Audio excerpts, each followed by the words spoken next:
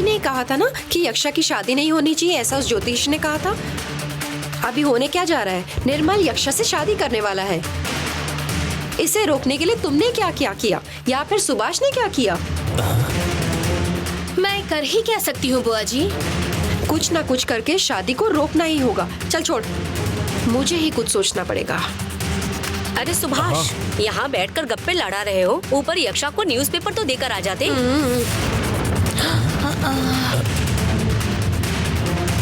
तुम्हें तो सीईओ होना चाहिए था, लेकिन तुम तो चीफ एग्जीक्यूटिव ऑफिसर बन के रह गए सुभाष।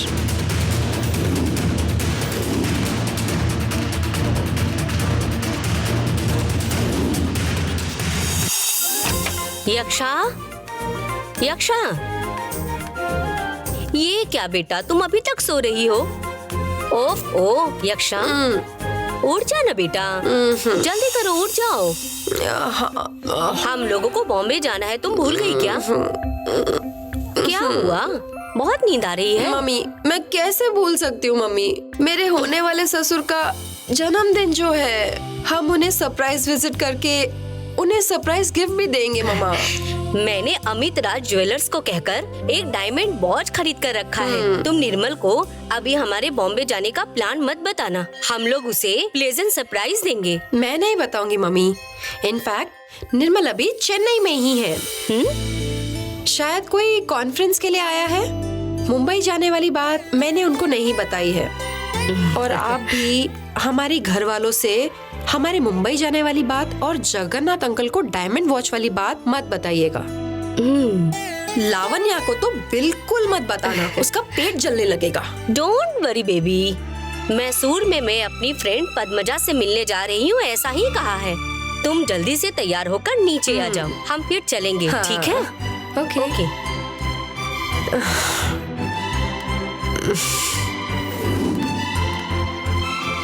अरे सुभाष, हम लोग अभी मैसूर कुछ अर्जेंट काम से जा रहे हैं, तुम घर का ख्याल रखना।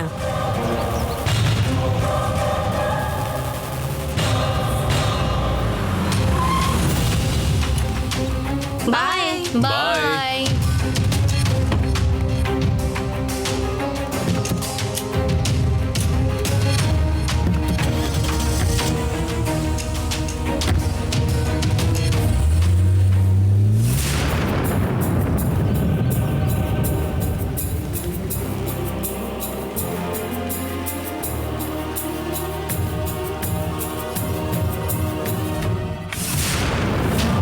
अरे क्या एक एक करके भिंडी काट रहे हो?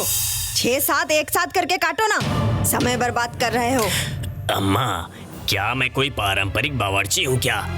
आपने मुझे बावर्ची बनने को कहा तो मैं बन गया। अब भला सर काटने वाले को भिंडी काटना क्या पता होगा? पशुपति, कल रात को मुझे नींद नहीं आ रही थी तो मैं बगीचे में घूम रही थी। मेरा बेटा कालांतक क्या कर रहा होगा, मैंने झांक कर देखा। बहुत ही दयनीय स्थिति थी, दूध के लिए रो रहे बछड़े की तरह। ना बाहर निकल सकता है, ना अंदर रह सकता है, तड़प रहा है। वो निरूपी है।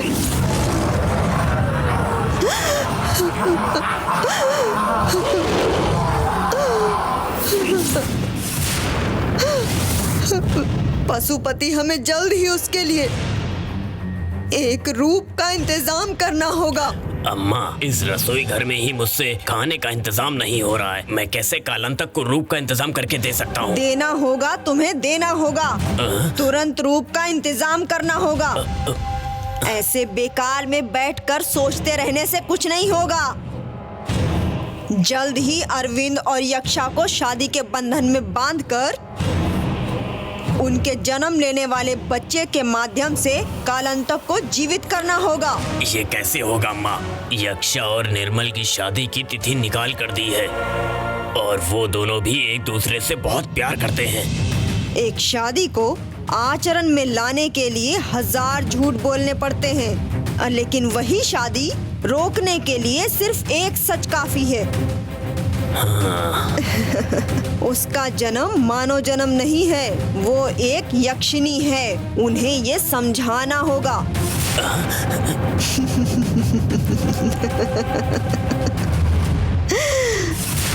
इस शादी को मैं कैसे रोकती हूँ तुम देखते रहना। मैं क्या करती हूँ।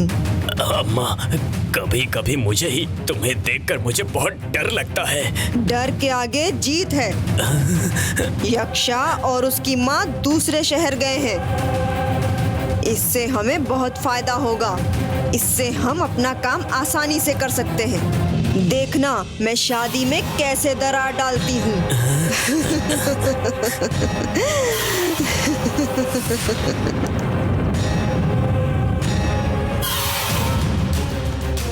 आओ दंडनी।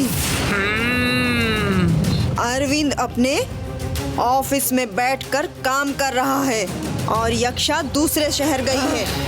उनकी शादी रोकने का सही समय आ गया है। जल्दी से आकर जो भी करना है वो कर।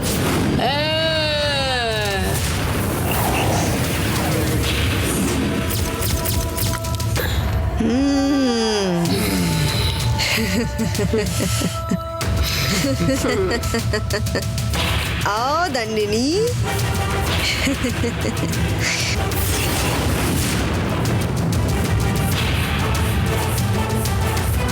दंडिनी, जैसा मैंने सोचा तूने वैसा ही किया। इसके जरिए मैं अपना काम पूरा कर लूंगी।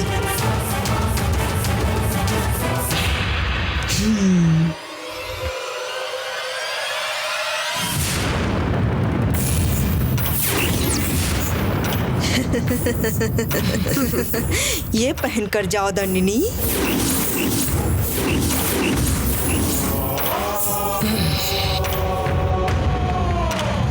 आपने अपनी जिम्मेदारी मेरे हवाले कर दी है। अब चिंता मत करिए।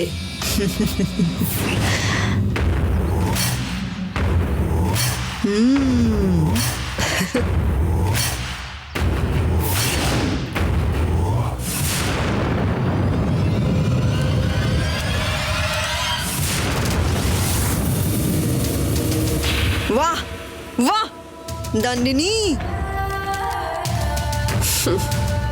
जिसको देखना चाहिए वो अभी तक नहीं आया।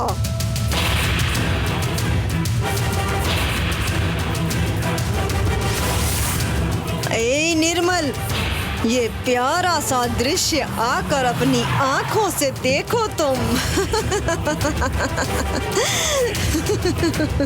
माँ जी, यक्षा कहाँ है? यक्षा वो नहीं है। वो अपनी माँ के साथ मसूरी गई है। ओह, हाँ। अच्छा। यक्षा क्या चाहिए? यक्षा होती तो मैं उसको अपने साथ मुंबई ले जाने वाला था। मेरे पापा का जन्मदिन है ना, बहू सामने से जन्मदिन की उन्हें शुभेच्छाएं देती तो उन्हें अच्छा लगता, बस इसलिए। खुशी की बात तो है, वो कभी भी बधाई दे सकती है बेटा।